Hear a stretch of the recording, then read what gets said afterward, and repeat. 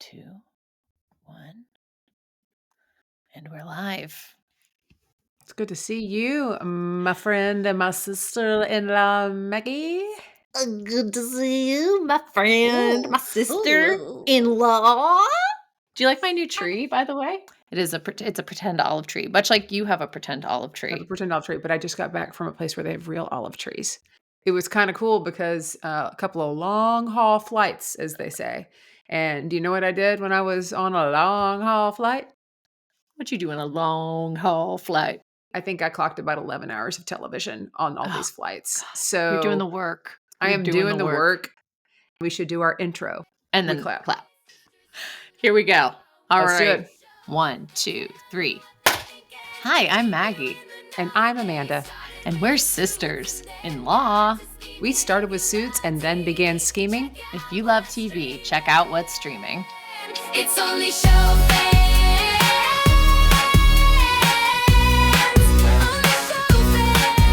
Only show fans.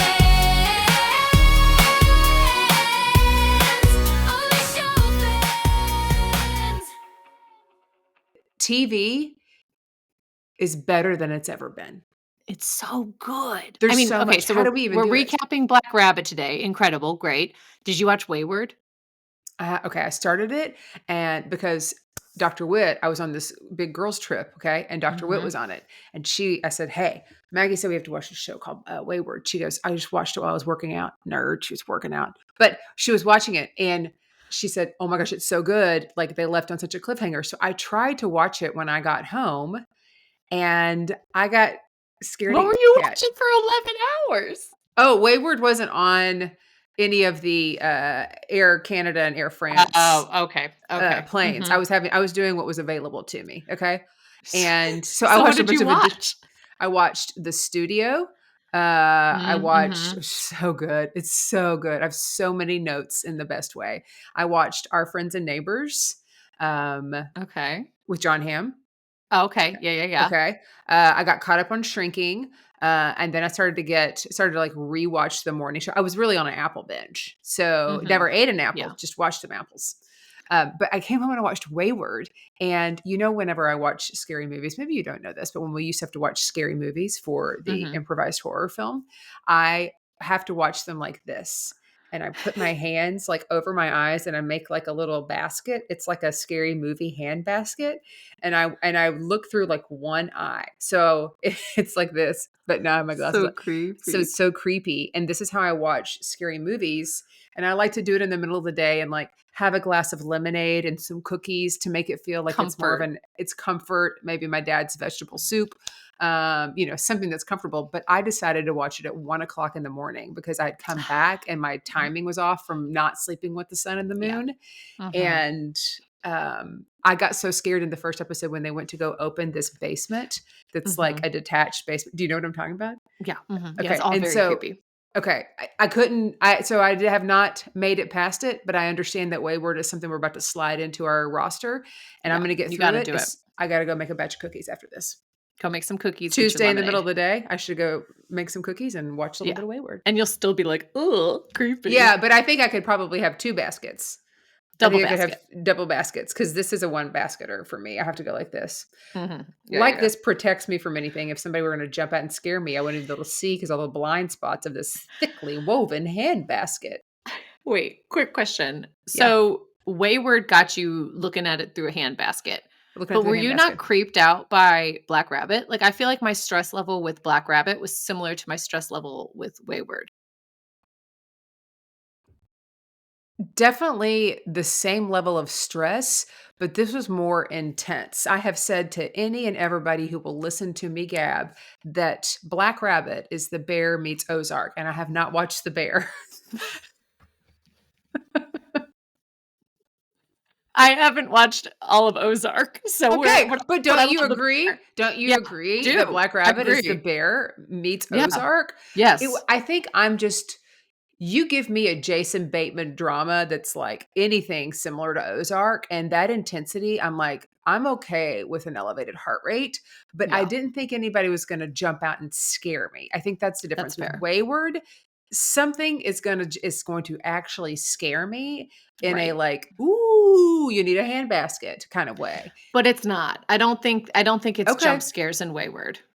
Okay. It's psychological warfare, but it's not jump scares. No jump scares, just warfare. No jump scares. Mm-hmm. Yeah. Okay. So I don't need a handbasket. No, you could watch it with both hands squarely holding your cookies and lemonade. Hold on my cookies. Hold on my cookies. Okay. Well, anyways, we should probably get started. Let's get started. I should get caught up. It was so wonderful to see your face. So great to see your face too. Okay. Let's do a little intro. We should, because we probably have a lot of new people that are joining us. And if this is your first time listening to Only Show fans, welcome. We are so glad that you are here. Maggie and I started watching the show Suits and recapping it almost 2 years ago. In December of 2023, we dropped our first episode. And it was a show so nice that I had watched it twice. And a show so great that I started it late. And we had everybody tuning in for almost 2 years as we recapped every single episode of all 9 seasons of the beloved law procedural Suits, the one and only. And when Suits was over, we decided, you know what? We want to keep going, but we want to keep a little bit of the same vibe. So if you are just joining us, we're going to be recapping the top shows on streaming across different streaming platforms. Because we are sisters-in-law, because my brother and her husband, my brother, your husband. That's right. My brother, your husband, my husband, your brother are the same person. Yeah. And his name is Kyle. You'll hear us talk about Kyle, who is my brother, my husband. Yes. And that's how we're sisters-in-law. And because we are sisters-in-law, we haven't recorded in a few weeks, so anybody who's watching this live, this part right here will be cut. Cut, Amanda, cut. I don't think so. I think it's pretty good. Keep it in. Keep it in. So because we are sisters-in-law, we oftentimes will have depositions for each other because we keep with that theme of law. We also like to start off every single episode with a brief, as they do in the world of the law and lawyers do. If you know, you know. And I think, Maggie, you've got a brief that's you're going to share with us. Black Rabbit is about a restaurant and club that is poppin' until it's literally popping with gunshots, manslaughter, and diamond thievery. But really, at its core, Black Rabbit is about 2 brothers, Jake and Vince Friedkin, who are Friedkin messed up in their codependent trauma-bonded brotherhood. They just cannot stop digging themselves into deeper and deeper holes. In the meantime, so many people get caught in their destructive wake, fingers get chopped off, and on a personal note, my stress level increased tenfold. I am looking forward to this space, Amanda, here to process what I just Friedkin watched. 10 out of 10, no notes. Thank you. Play on words. Used the names. My heart rate increased just listening to you. Because you were remembering it. I remember all the flashes. Gosh. It was so intense. It was so intense. We even can share our text exchange about this. Yes. Because it was like a WTF. Because I binged in 2 days. And I think you did it in something similar, right? Yeah. Yeah. It took me like 2 days to get through the first episode. I watched it like half and half, and I was like, I don't know if I'm in or not. And then by episode 2, I was like obsessed. It was like all I was thinking about. Okay. Until I finished. I can't wait to talk about the ending. It starts like so intense too, because it starts with like there's this big party, everything's glamorous, there's diamonds, everything's super successful. They're going to do a toast, and then robbers come and steal all these diamonds, and we hear gunshots and we don't know who's gotten shot. It's very, very intense. And that's how it starts. And then it like rewinds, which I love a flashback, you know. Yes. To like and tell we have us to the whole process story. it all. Yes. Yeah. So that's like what we see. But behind the scenes, there was some interesting things too that you dug up, Amanda. Yeah. Well, you have something here that before you even start. Oh, you know what? Yeah. Okay. Before we even start, I do have a deposition for you. This early? Okay. You have a deposition before we even start? Yes, because this is at its core like this family running a restaurant club, which you used to own a restaurant club, and I used to work at that restaurant club. So we're And so basically did the Kyle, my Freakins. brother. And so did Kyle, my husband. So this felt like, oh, this is like our family story, you know, like really these restaurateurs who get into hijinks. But obviously they made some different choices. They did. However, as someone who used to own a restaurant club, on a scale of 1 to 10, how realistic do you think that the pressures displayed in the show, specifically around the Black Rabbit, are realistic? Very. Like a 10, right? This is a 10. There are a lot of times where I felt the same thing with Ozark. Not because I had a drug ring in the middle of Arkansas, but because of the intensity behind this roller coaster that is, okay, particularly the service industry. And even like thriving, successful chains still have this because the restaurant and bar industry is a really, really tough industry. And you don't do it because it's easy. You do it because you love it. And we had that on top of course, the business model of an improv theater, which is, of course, like being a high school principal on top of everything else. So there were many times in each episode where I was like, dang, I see you. No, we did not make these decisions. Right. Ours was not this rowdy. I think it's just the managing of expectations and like trying to understand how do you have to like truly like listen to everybody and understand no 2 days are the same and being able to pivot, think on your feet. I actually wrote a LinkedIn post about waiting tables and improv today, forgetting that we were going to record this, but I truly believe like the intensity of it and just, oh man, there in the very beginning episode we're not going to do like exact episode by episode, but I will call this out when one of the drivers shows up and he's like, "Hey man, you're COD, like we can't run your thing because of cash flow in these like businesses, some months are crushing, some aren't. And so if they are debiting and they usually debit before your order comes. But if you're like, hey, hold the debit because we're going to have cash coming in, I'd rather pay in cash, then you have to be there to like let somebody in. COD is cash on delivery. And a lot of you can't, in the restaurant business, you cannot have the alcohol come in until it's paid for. And so it's usually run before it shows up. And so, or at least it was for us at that point in time. So it just like that, even like, oh, F. Is there money in the safe? No, I was like, oh, it hit, or like I was like, oh man, I just went and took that wad of cash up to Bank of America inside of a discreet bag that didn't look like it would have money in it. It looked like a carpet bag. So I could like dump a bunch of cash, and they're like, oh man, I got to go back and get the cash, pay for the boot. Like that whole thing was just felt like triggering. It was triggering. Maybe it's because it's so far away in my past. We'll call it nostalgic. Yeah, that's good. Yeah. But if I had watched this like in 2020 or 2021, I'd be like, hell no. So yeah, that's when I think when the bear came out, similarly, I started watching it with Kyle, and Kyle was like, I actually can't watch this because it's too close to home. Too close, because it's like trying to get this restaurant off the ground, and then all the like, oh, oops, the ceiling's falling down, and you're just like, oh yeah, it's always one thing after another. Yeah. But the way that Jake and Vince handle the one things after another is like the exact opposite choice to make. Do you want to share some behind the scenes from Black Rabbit production? Yes, I would love to do that. We did some digging. So I think if you are an Ozark fan and or Jason Bateman fan, you'll see a little bit of a reunion. I think it was interesting to see the style of the beginning, where at the beginning of each episode, they had like a picture of something that would morph into something else, then it ended up being the Black Rabbit. That's exactly what they did in Ozark, which I loved. We also have Jason Bateman, who directed several episodes, and so did Laura Linney. Okay. Now, here's what's more interesting.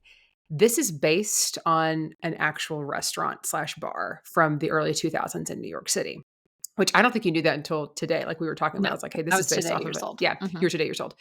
It was called the Spotted Pig. And so that was the name. And the creators of the show used to go to the Spotted Pig on a regular basis. It was like this early mid 2000s. There were a couple of other bars that also inspired it, but this like dark, kind of grimy, it's the hip place. It's like good food, but it's really dark. And there's like damask wallpaper and lots of heavy molding, like that whole look.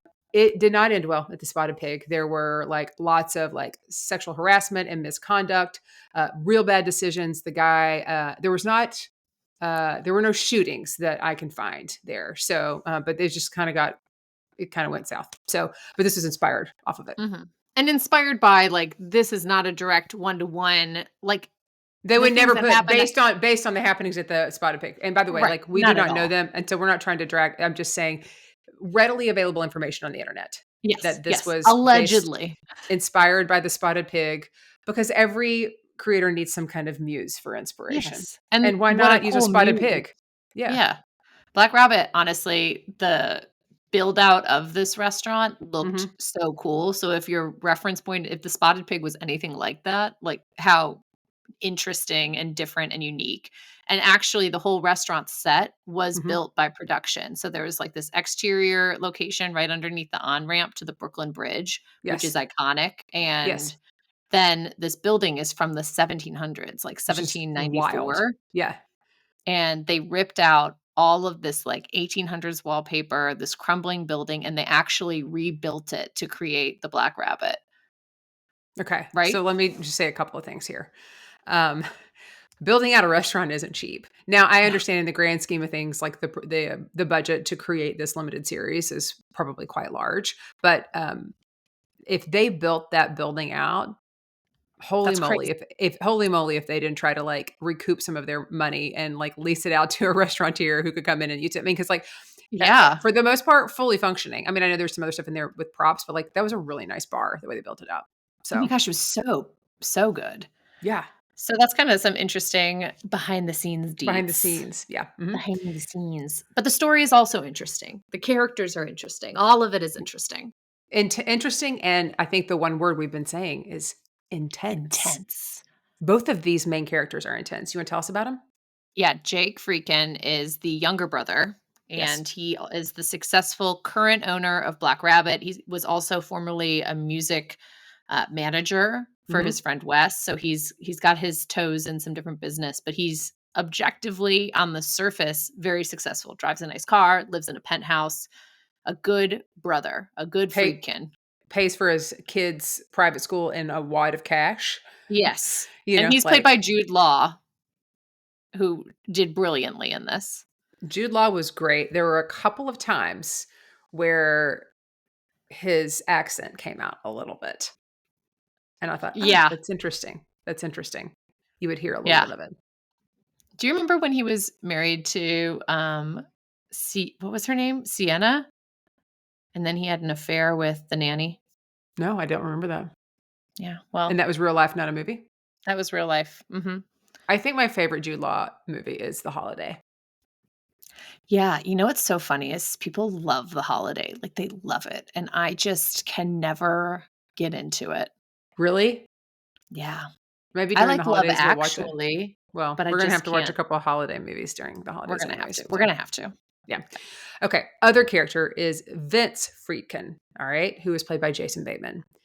He is Jake's troubled older brother who is dealing with addiction and debt. He did help get this bar restaurant off the ground. So he was, part of the muse of all of this. Like he had his hand in it, but he has gone his own way and has really gotten into a lot of trouble. And just even the first time we see Jason Bateman in that casino, dang, Bateman. Scraggly. Yes. Man. Yeah. And we have a lot of other really great main characters, but these are our two, these are the brothers. Yeah. And I also feel like Jason Bateman can get away with so much. And then because of that, this character, Vince, is just like how Jake keeps letting him into his life. I too am like, gosh, Vince is such a fuck up. Like, he is so messed up. He's making horrible, horrible decisions. I hate the decisions he's making, but I love the guy. Jason Bateman brings that out in a horrible, horrible character in a way that no one else can. Jason Bateman, I will riot if he does not get an Emmy for this. You will riot? I don't want to say that. That sounds really harsh. I will write a strongly worded letter. Okay? You will write a strongly worded letter? Yes. Particularly when we get to the last episode. Jason Bateman is phenomenal. Phenomenal. And as a big fan of the podcast Smartless, which is, Jason Bateman, Sean Hayes, and Will Arnett, they were always giving him a hard time because he looked so scraggly because he was filming it and like he had to grow his hair out. And then they would like go out in public together and there are these photos and he just looks like real ratty because he was, in the role of filming. Dude, worth it. Payoff. Worth it. 10 out of 10, Bateman. No notes. Would watch anything that you're in, but this is like next level. So good. Yeah. We'll tag you on Insta. Actually, I don't think you're on Insta. Probably not. He's like too cool for that. What do they need to? He's too cool behind that hair. Okay, let's get here. Okay. Let's actually, now we've kind of covered characters and like, a little bit of backstory. You want to talk about the actual things that happen? Yes. That I need to process with you. Process. Okay. So it all starts, like the whole idea of Black Rabbit, it starts when they're at this dive bar and it's like, gosh, this dive bar has a really good burger. And Vince has brought Jake to this dive bar specifically to be like, we should open a restaurant because look at this food, right? This food is so good. And then they're all doing Coke and Jake goes and decides to hire Roxy, who becomes the chef at the Black Rabbit. And she's the person behind this incredible burger. Yes. And he also hires Anna, who is the bartender at this dive bar and an incredible world-class bartender. Just so good at it.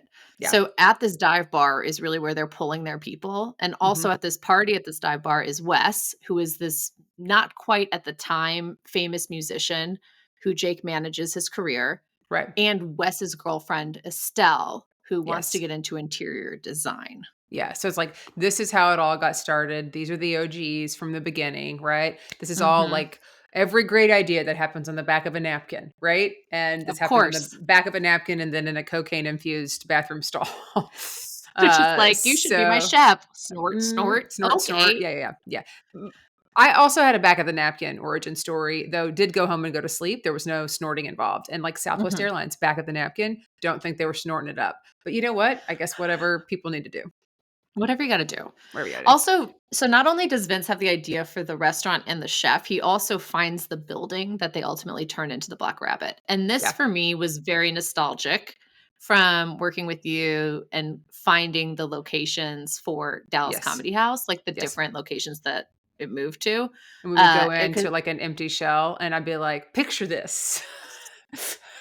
Look over here. I'm the older sister with the business idea. Hop aboard my magic carpet. We'll put a bar over here and a VIP space up here. It's wild. Yeah, this hits. This one. Yeah.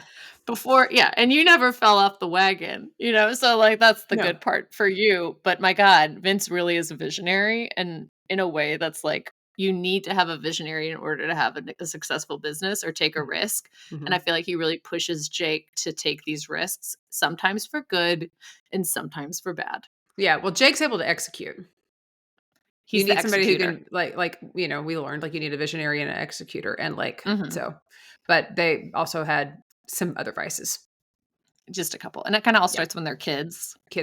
So we had a really tough childhood. So their dad, who wasn't really present for too long, but at the beginning we see their dad, like he comes in when the boys are sharing a room and they're looking at Playboys and gives them these like watches, be like, hey, shut up. Don't tell your mom I'm going to give you these watches, which are like fake watches, right? We find out they're not even real, but they're just like a present. But he's a bad dude. Like he owns a bar, but he gets really messed up. So we see where this could possibly like fall into place.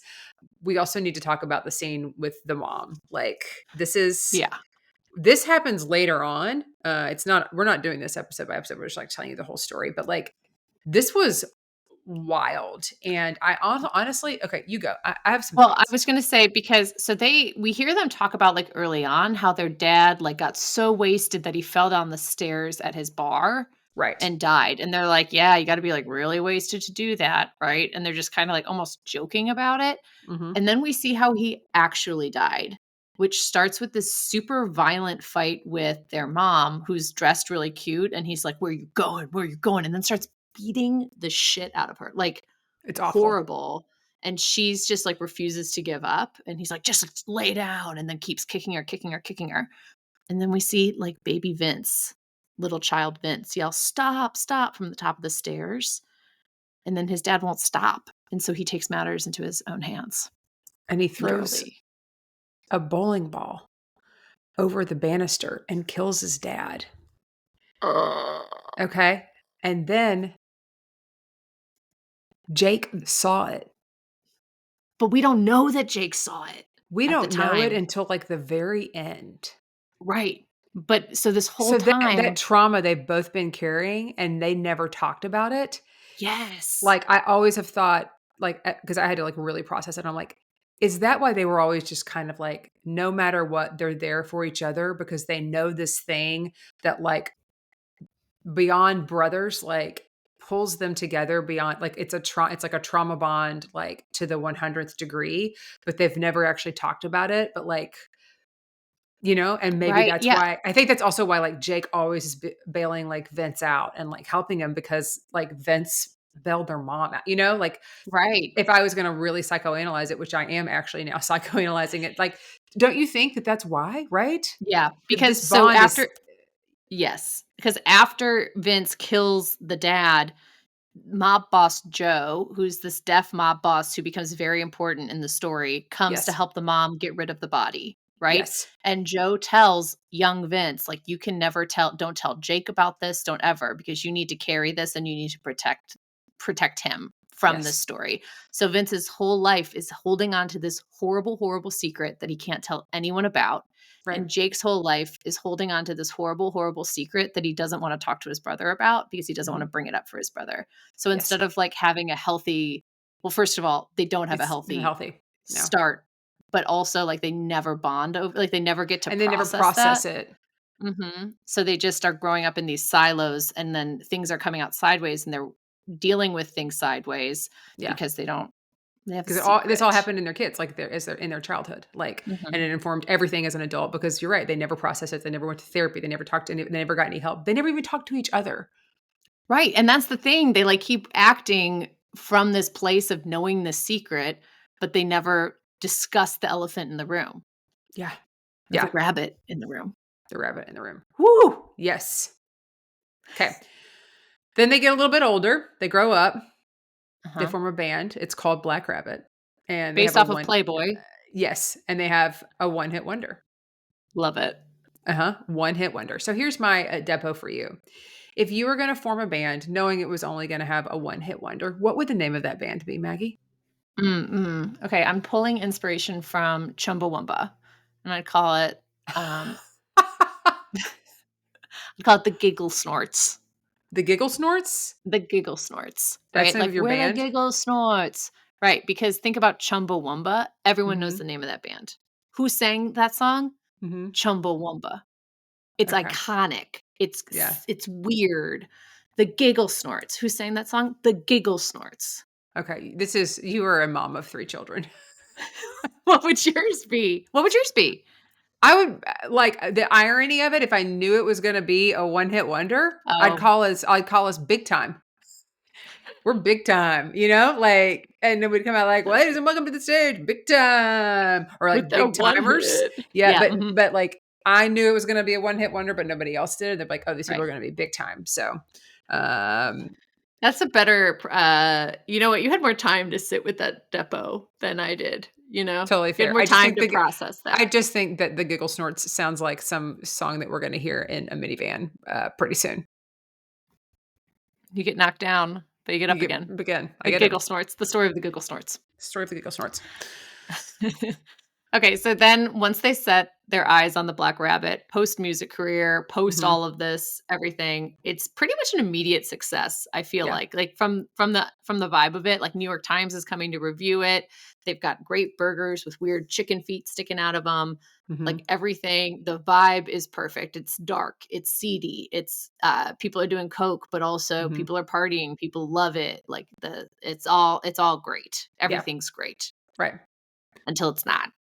Yes. Then one of the guys who works there, they're all out on this balcony. And Vince, of course, not probably in his right mind, bets this guy that they can jump from the roof to the highway. Okay. This is a wild, wild bet to make. And Vince doesn't jump. It's like a 1, 2, 3. And then he doesn't jump. Classic Classic. prank, but Classic prank. happened to me in Greece where we were all going to jump into the water. 1, 2, 3, this guy gets paralyzed.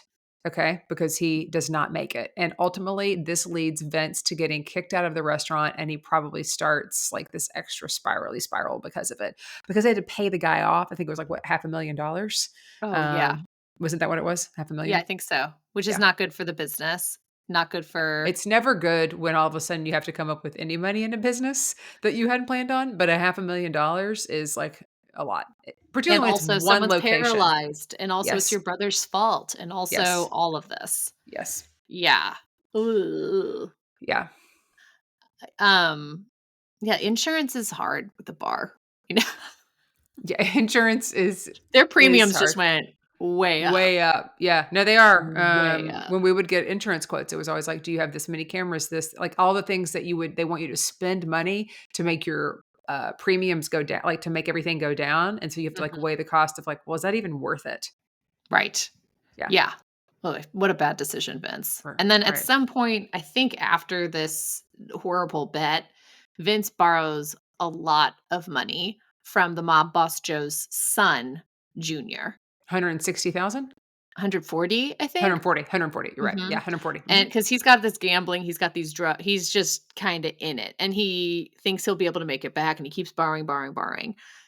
Mob boss Daddy Joe does not know about this deal that his son, Junior, has made with Vince.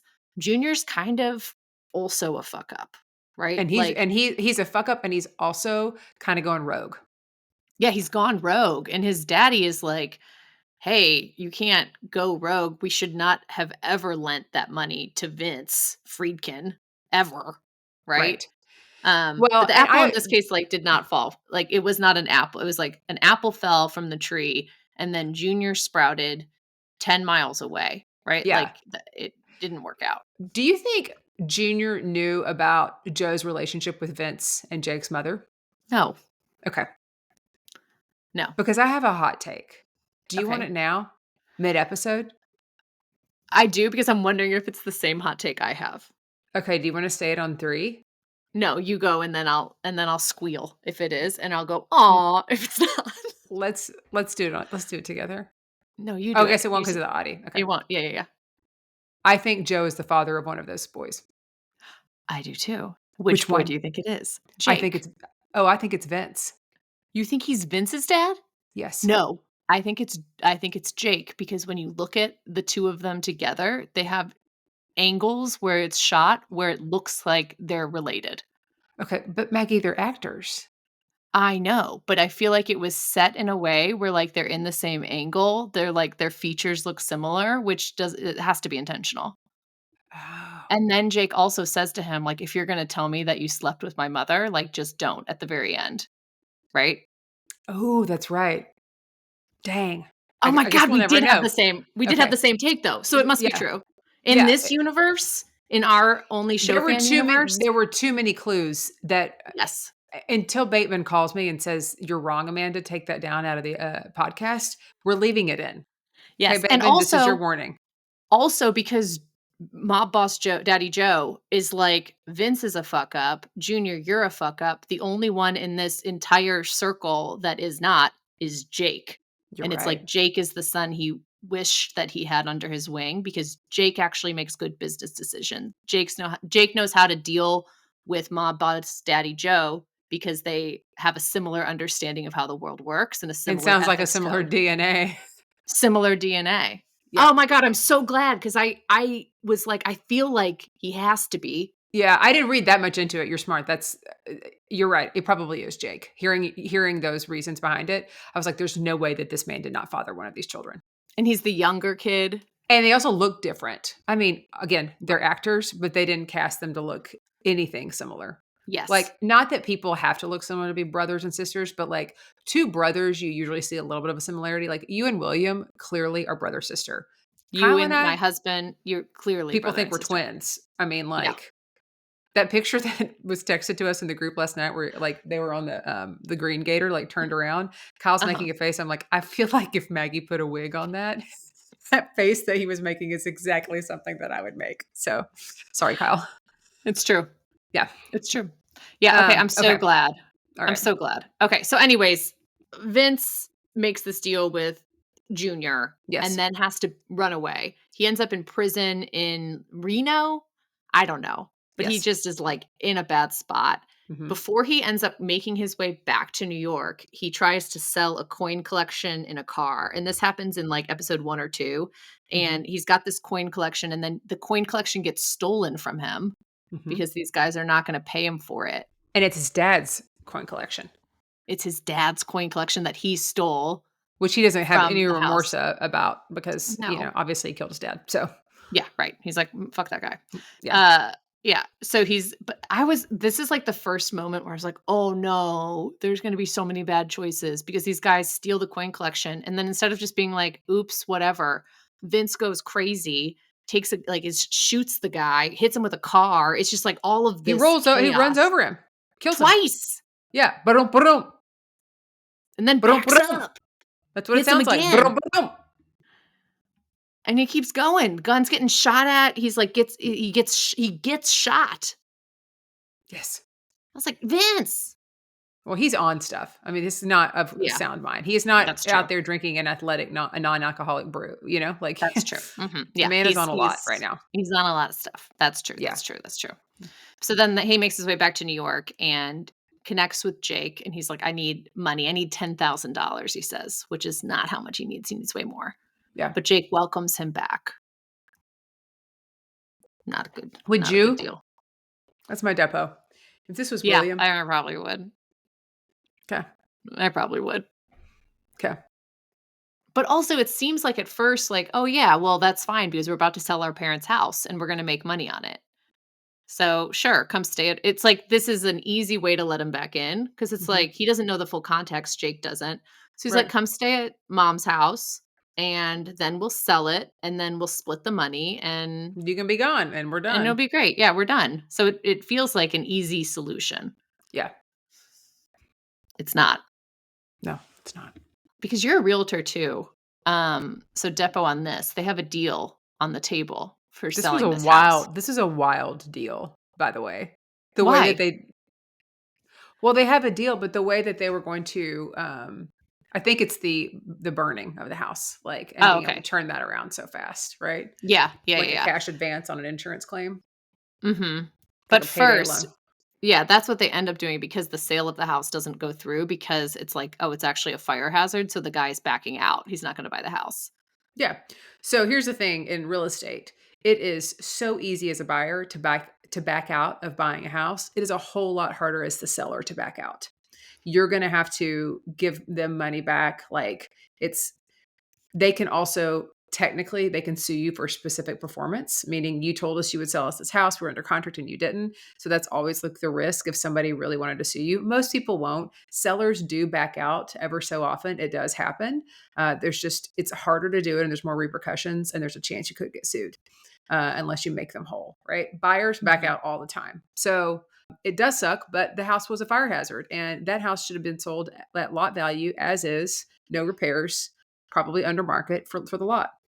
And they wanted more money from it, so they're like, But the "This is house so wasn't in the messed up." condition. Everybody, you know I what? know. There are two things that are true in real estate.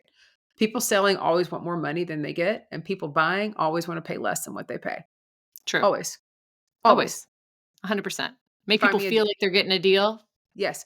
Even and I've had to say to clients before, do you want the house or do you want a deal? And that is, I had a mentor of mine say, you said that? And I said, I did. She knows who Deal she or is if no she's house. listening. Deal Yeah, or she'll be like, Amanda, what are you doing saying that? Anyways, They didn't want the deal. They they wanted the didn't want the deal. money. Mhm. So then now they're screwed, right? Yes. So then it kind of comes out too that Vince needs more than $10,000 and he's in Mhm. bed with the mob and all of this. Mhm. So they're like, well, what are we going to do? And one of the solutions for this money issue is that they decide they're going to burn the house down Yeah. and then they'll Literally get all the burning money. down the house. Mhm. Mhm. Yeah. But they do that and then it's like, wow, we got the money. Because Vince they is have all a cash advance on an insurance claim. Like, this was what was wild to me, that in 24 hours, you could get a cash advance. Like, don't let this be known. Like, if you're listening, this is not something that actually happens. This was creative freedom. Like, or maybe it happens in the state of New York, and maybe with the right mob bosses and all that kind of stuff, you could do it. But I mean, it's very clearly shady, but they have the fire marshal in on it. Like, they do a great job burning the house down. and Burning they down actually the house. they were, not on board together to do it. Then all of a sudden they're like, let's fucking go. Right. And they just did it. And then and then what was kind of wild and unbelievable to me is how they just casually walked out of the house while it was burning.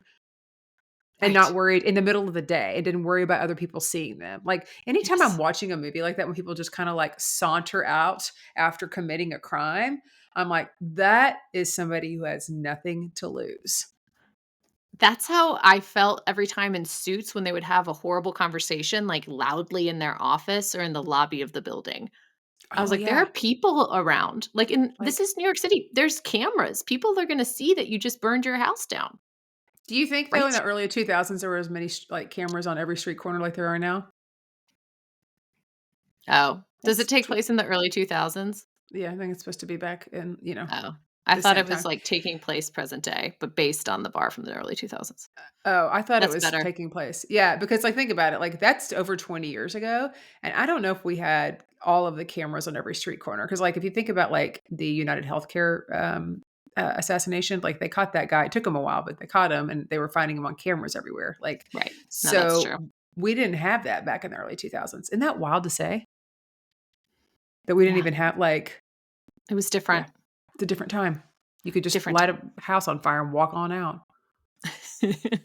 Okay, so then they get this money, and Vince is like, "Great, I got the money." He calls Junior. He's like, "Hey, suckers, I'm gonna pay you all that money." But also, Jake needs some money because he's got some issues as well. Mhm. So This is a he, communication issue here because they have yeah, both promised this money. They both think they're going to get their hands on it, and it is, uh-huh. yeah. hmm Um, but Vince tries to get this money back then by playing poker, Hmm. and he is so close to winning, like so close. And then he ultimately loses because the guy that's in at the last round with him decides Hmm. to not call, right? Like Hmm. he gets another flip, whatever it's called, where like they flip a Yeah. card and that fucks Vince over because then he loses, and he loses $140,000. Then at the same time, Junior's coming because he didn't give him the money, and his little buddy Babbitt, and they're Hmm. chasing him down this stairs, and they catch him in an elevator, and they cut his finger off. Yes, they do cut his They finger cut off. his finger off, Amanda. It's very Ozarkish. Oh my God. Right there in the elevator. Right there in the elevator. There's just Yeah. like no regard, No cameras in that elevator. I guess. Or they don't even care. They They don't don't care. care. They don't care. They're just gonna No. cut a They just finger do off. it. They're not like masked up or disguised. They're not even No. worried about it. They're like, we're going to cut this guy's finger off. Then we're going to walk on out. NBD stands for no big deal. Just in case you're wondering. We're kind of coming up on 45 minutes here, Amanda. We are. Do you feel like we should pause and leave people kind of waiting so we can cover the rest of it in the next episode? Is Yeah, this I a mean, two-parter? I feel like here's what I'll say. When Vince's pinky got cut off, I gasped, and it was around episode 4, like halfway through the series, and I didn't know if I was gonna be able to continue this, because this is when it got serious for me. They were like, "Also, Vince has this daughter who's like a tattoo artist, and she's older," and they're like, "We're gonna kill your daughter if you don't give us your money." So now Mhm. it's like we've gone from the stakes being $10,000 or like, "Ooh, maybe we'll burn the home, dee, dee, dee, dee, dee," to, "Oh, shit, Vince doesn't have a pinky and his daughter's gonna get murdered." So I think we just leave it with a pinky dangling here till next week. Yeah, we'll pick up the rest of Black Rabbit next week. Yeah. Whew. Yowzers. Yowzers and owzers. Yowzers and owzers. Thanks so much for tuning in. You can check us out on Instagram, TikTok, and YouTube. You can listen to us on Apple, Spotify, or anywhere else you get your podcast. And please don't forget to like, subscribe, and leave a review for the all new show fans. And if you don't know what to say for your review, you could say, "I give this show 2 pinkies up." Bada bing, bada boom. Boom, boom, boom, boom, boom, boom, boom.